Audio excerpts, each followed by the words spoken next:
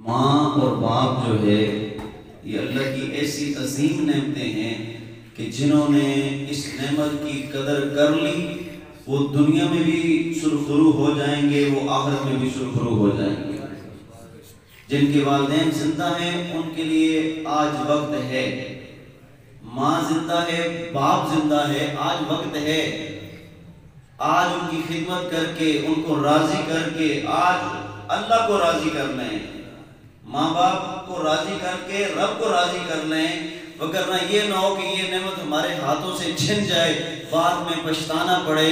اور جن کے والدین دنیا سے چلے گئے ہیں ان کو بھی نبی علیہ السلام نے شریعت مطہرہ نے ان کو بھی محروم نہیں چھوڑا۔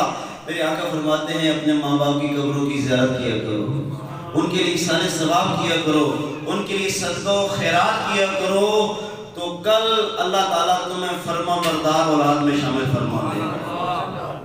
فرما بردار اولاد میں قیامت والے دن اللہ تعالیٰ تمہیں شامل فرما دے گا۔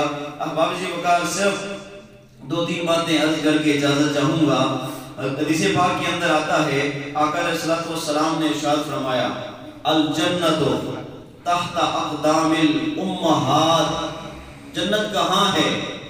ساتوں آسمانوں سے اوپر ہے، جنت ساتوں آسمانوں سے اوپر ہے، لیکن اللہ نے اپنے محبوب کے صدقے میں حضور علیہ السلام کے وسیلہ جلیلہ سے جنت کو ماں کی قدموں تلے رکھ دیا۔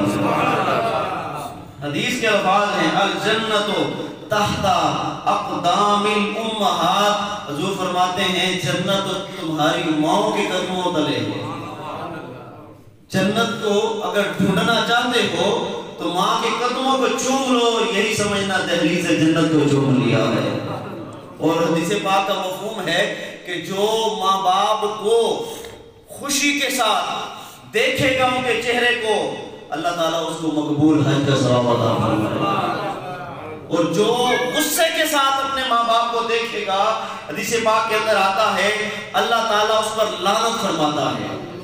جو غصے سے اپنی ماں یا اپنے والد کی طرف دیکھتا ہے، صرف غصے سے دیکھنے کی وجہ سے، میرے کملی والے آقا نے ارشاد فرمایا، آقا فرماتے ہیں جو غصے سے صرف دیکھے ماں باپ کی طرف، اللہ تعالیٰ اس پر لعنت فرماتا ہے، اللہ تعالیٰ اس کے لیے دردناک عذاب تیار کر رکھا ہے، اور کل قیامت والے دن اللہ تعالیٰ اس کو جہنم میں داخل فرما دے گا۔ کتنا سخت عذاب ہے ماں باپ کے نافرمان کا۔ احباب وقار قبروں کی زیارت کے لیے جایا کریں۔ صرف ایک حکایت آپ کے سامنے پیش کر کے اجازت چاہوں گا، ٹائم بھی کافی جو ہے مختصر ہے، صرف ایک حکایت آپ کے سامنے پیش کر کے اس کے بعد انشاءاللہ ختم باب ہوگا، پھر انشاءاللہ دعا ہوگی۔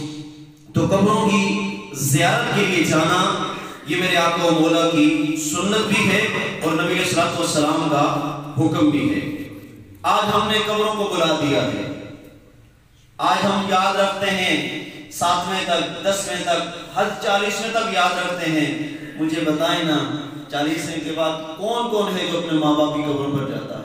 اللہ ماشاءاللہ، اللہ ماشاءاللہ، بہت کم لوگ ہوں گے جو جاتے ہوں گے۔